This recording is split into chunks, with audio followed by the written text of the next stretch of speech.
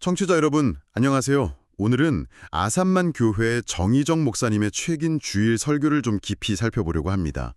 요한복음 15장 9절에서 17절 말씀이었는데요.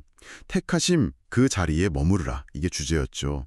이 설교에서 당신의 삶에 적용할 만한 점들을 같이 찾아보면 좋겠습니다. 네, 안녕하세요. 이 설교가 정말 중요한 부분을 다루고 있죠.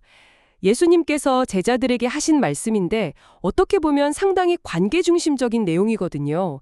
하나님이 우리를 선택하셨다, 이 개념하고 또 그 사랑 안에 거하라, 머물러라는 명령, 이게 어떻게 연결되는지, 뭐랄까 단순한 교리를 넘어서 우리 삶에 어떤 실제적인 의미가 있는지 들여다볼 가치가 충분합니다. 네, 설교 초반에 제가 좀 흥미롭게 들었던 부분이 있었는데요.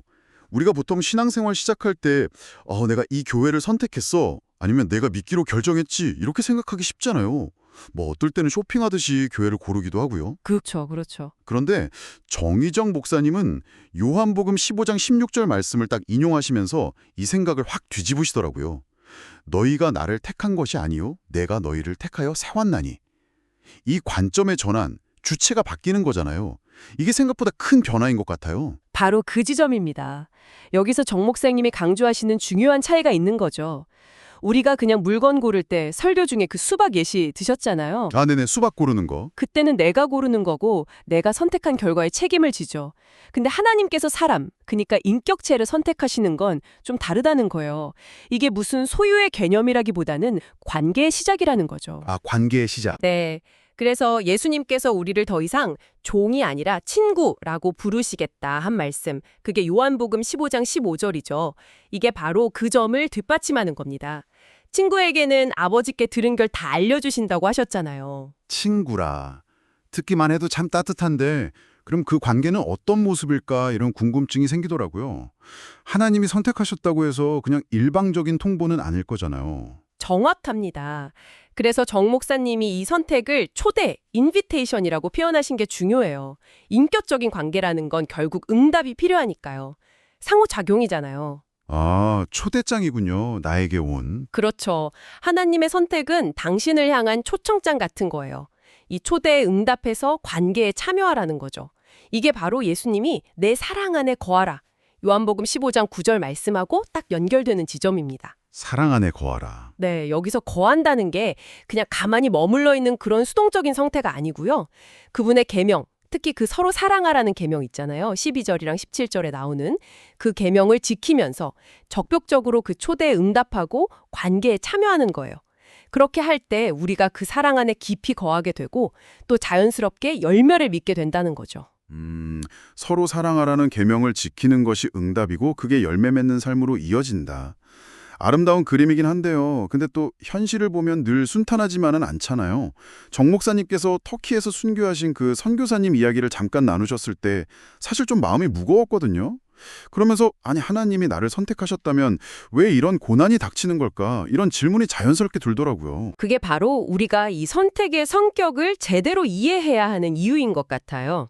하나님의 선택이라는 게 뭐 어려움이나 고난에서 면제해주는 그런 티켓이 아니라는 거죠. 오히려 어떤 상황에서든 내가 너와 함께하겠다. 이런 동반자 관계로의 초대인 거예요. 동반자 관계. 네. 여기서 우리가 빠지기 쉬운 오해가 두 가지 정도 있는 것 같아요. 정 목사님도 그 점을 지적하셨는데 하나는 하나님이 택했으니까 뭐 다 알아서 해주시겠지 하고 그냥 수동적으로 기다리는 태도.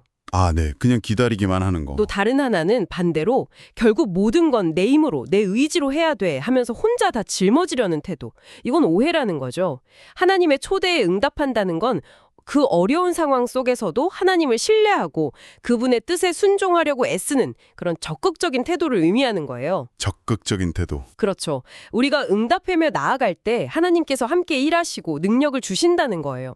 우리가 뭐 자격이 있어서 선택받은 게 아니라 그 초대에 응답할 때 비로소 하나님이 우리를 자격 갖추도록 도와주신다는 거죠. 설교에서 그 표현 쓰셨잖아요. 하나님과 쿵짝쿵짝 맞춰가는 관계라고. 아, 네. 그 표현 되게 인상적이었어요. 쿵짝쿵짝. 네, 아주 역동적인 파트너십인 거죠. 때로는 발이 좀 엉키기도 하고 넘어질 때도 있겠지만 계속해서 함께 춤을 추는 그런 과정이랄까요. 쿵짝쿵짝 맞춰가는 파트너십. 와, 훨씬 생동감 있게 들리네요. 자, 그럼 이 내용들을 이제 당신의 일상에 좀 구체적으로 어떻게 적용해 볼 수 있을까요? 단순히 나는 선택받았구나 여기서 그치는 게 아니라 그 초대에 내가 어떻게 응답할 것인가 이게 중요해 보이는데요. 맞습니다. 핵심 적용점은 바로 적극적인 응답에 있어요. 하나님께서 당신을 선택하신 것을 정말 깊고 사랑이 담긴 우정, 그리고 동반자 관계로의 초대로 한번 받아들여 보시면 좋겠어요. 그럼 오늘 하루 당신은 이 초대에 어떻게 응답할 수 있을까요? 오늘 하루요? 네. 뭐 거창한 게 아니더라도요. 의식적으로 그분의 사랑 안에 머물려고 좀 애써보고 또 그분의 길, 특히 서로 사랑하라는 그 명령을 따라서 주변 사람에게 작은 사랑이라도 실천해보는 거죠. 그리고 힘들 때 있잖아요. 정 목사님이 그 지치기 쉬운 여름 같은 시기라고 표현하셨는데 그런 어려움 속에서도 당신이 믿음으로 한 걸음 내디딜 때 하나님께서 함께 일하신다는 것을 신뢰하는 것, 이게 중요합니다. 수동적으로 기다리거나 아니면 나 혼자 다 하려고 애쓰는 대신에요? 그렇죠. 그 두 가지 극단을 피하는 거죠. 당신의 작은 순종, 작은 발걸음이 바로 하나님과 함께 추는 그 쿵짝쿵짝 리듬의 시작이 될 수 있다는 거예요. 네. 오늘 정희정 목사님의 설교를 통해 얻는 가장 큰 깨달음은 결국 우리가 선택받았다는 사실 자체보다도 그 선택이 어떤 종류의 것인지 아는 것이 중요하다는 생각이 드네요. 일방적인 어떤 지명이나 소유 선언이 아니라 하나님과의 능동적이고 응답적인 우정으로의 초대라는 점, 이게 핵심인 것 같습니다. 네, 맞습니다. 그래서 마지막으로 청취자분들께 이 질문을 한번 던져드리고 싶어요. 정 목사님은 초대에 응답하는 것이 결국 열매 맺는 삶으로 이어진다고 강조하셨잖아요. 오늘 당신이 하나님의 그 초대에 응답해서 내디딜 수 있는 아주 작지만 구체적인 사랑이나 섬김의 발걸음은 무엇일지 한번 생각해 보시면 어떨까요? 그리고 그 작은 행동 가운데서 당신과 함께 쿵짝쿵짝 리듬을 맞춰가실 그 하나님을 신뢰하면서 나아가 보시면 좋겠습니다.